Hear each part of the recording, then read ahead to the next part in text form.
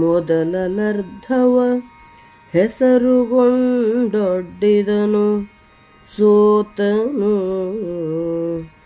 ಮರಳಿ ಮಗಳೊಡ್ಡಿದನು ಹೇರಾಳದಲ್ಲಿ ಧನವನು ಕರಿಘಟಾವಳಿಯ. ಕುದುರೆ ರಥ ನಿಮ್ಮಡಿಯ ಮೇಳದ ಸುದತಿಯರನೊಡ್ಡಿದನು ಸೋತನು.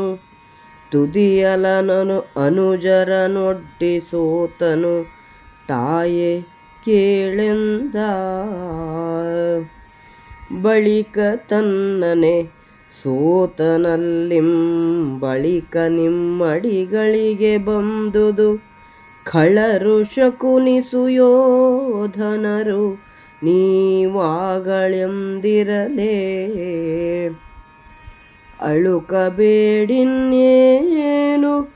ಭೂಪತಿ ತಿಲಕ ತನ್ನನು ಮುನ್ನ ಸೋತನು ಬಳಿಕ ತನ್ನನು ಸೋತನೆ ಹೇಳೆಂದಳಿಂದು ಮುಖಿ. ಅಹುದು ತನ್ನನು ಮುನ್ನ ಸೋತನು ಮಹಿಳೆಗೊಡ್ಡಿದೆನೆಂದು ನಿಮ್ಮನು ಮಹಿಪ ಸೋತನು ತಾಯೆ ಬಿಜಯಂಗಯ್ಯ ಬೇಹುದೆನೆ. ವಿಹಿತವಿದು ಮಾನುಷವೇ ದೈವದ ಕುಹಕ ವೈಸಲೆ ಮಗನೆ ತಾನೇ ಬಹೆನು ನೀ ಹೋಗೊಮ್ಮೆ ಹೇಳಿ ಮಾತನ ಸಭೆಗೆ. ಮುನ್ನ ತನ್ನನು ಸೋತ ಬಳಿಕಿನೊಳೆನ್ನ ಸೋತರೆ ಸಲುವುದೇ ಸಂಪನ್ನ ವಿಮಲ ಜ್ಞಾನರರಿದಿ ಪ್ರಶ್ನೆಗುತ್ತರವಾ.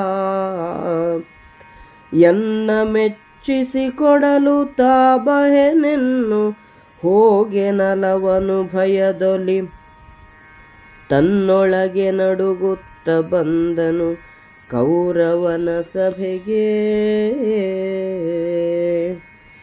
ಪ್ರಾತಿಕಾಮಿಕನು ತಾಯಿ ಕೇಳು, ಮೊದಲು ಇಷ್ಟು ಇಂತಹ ಧನ ಎಂದು ಒಡ್ಡಿ ಸೋತನು.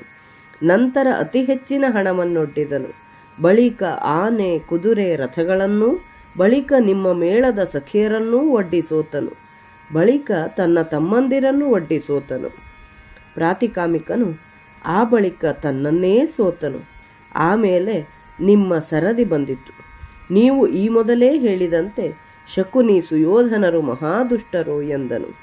ದ್ರೌಪದಿಯು ಹೆದರಬೇಡ ಪ್ರಾತಿಕಾಮಿ, ರಾಜನು ಮೊದಲು ತನ್ನನ್ನು ಸೋತು ಆಮೇಲೆ ನನ್ನನ್ನು ಸೋತನೆ, ಇದನ್ನು ಹೇಳು ಎಂದಳು. ಪ್ರಾತಿಕಾಮಿಕ ನಿಜ, ತನ್ನನ್ನು ಮೊದಲು ಸೋತು ಬಳಿಕ ನಿಮ್ಮನ್ನು ಒಡ್ಡಿದೆನೆಂದು ಹೇಳಿ ಸೋತನು. ತಾಯೇ, ನೀವು ಕೌರವನ ಆಸ್ಥಾನಕ್ಕೆ ಬನ್ನಿ. ದ್ರೌಪದಿ ಸರಿ, ಇದು ಮನುಷ್ಯರ ಕಾರ್ಯವಲ್ಲ, ದೈವದ ಕುಹಕ. ನಾನೇ ಬರುತ್ತೇನೆ. ನೀನು ಮೊದಲು ಹೋಗಿ ಈ ಮಾತನ್ನು ಸಭೆಗೆ ಹೇಳು. ಮೊದಲು ತನ್ನನ್ನು ಸೋತ ಮೇಲೆ ರಾಜನು ನನ್ನನ್ನು ಸೋತರೆ ಅದು ಒಪ್ಪಿಗೆಯಾಗುವ ಮಾತೆ? ಉತ್ತಮ ಜ್ಞಾನ ಸಂಪನ್ನರು ಈ ಪ್ರಶ್ನೆಗೆ ನಾನು ಮೆಚ್ಚುವಂತೆ ಉತ್ತರಿಸಲಿ. ನಾನು ಸಭೆಗೆ ಬರುತ್ತೇನೆ, ನೀನು ಹೋಗು. ದ್ರೌಪದಿಯ ಮಾತನ್ನು ಕೇಳಿ ಪ್ರಾತಿಕಾಮಿಕನು ತನ್ನಲ್ಲಿಯೇ ಭಯದಿಂದ ನಡುಗುತ್ತಾ ಕೌರವನ ಸಭೆಗೆ ಬಂದನು.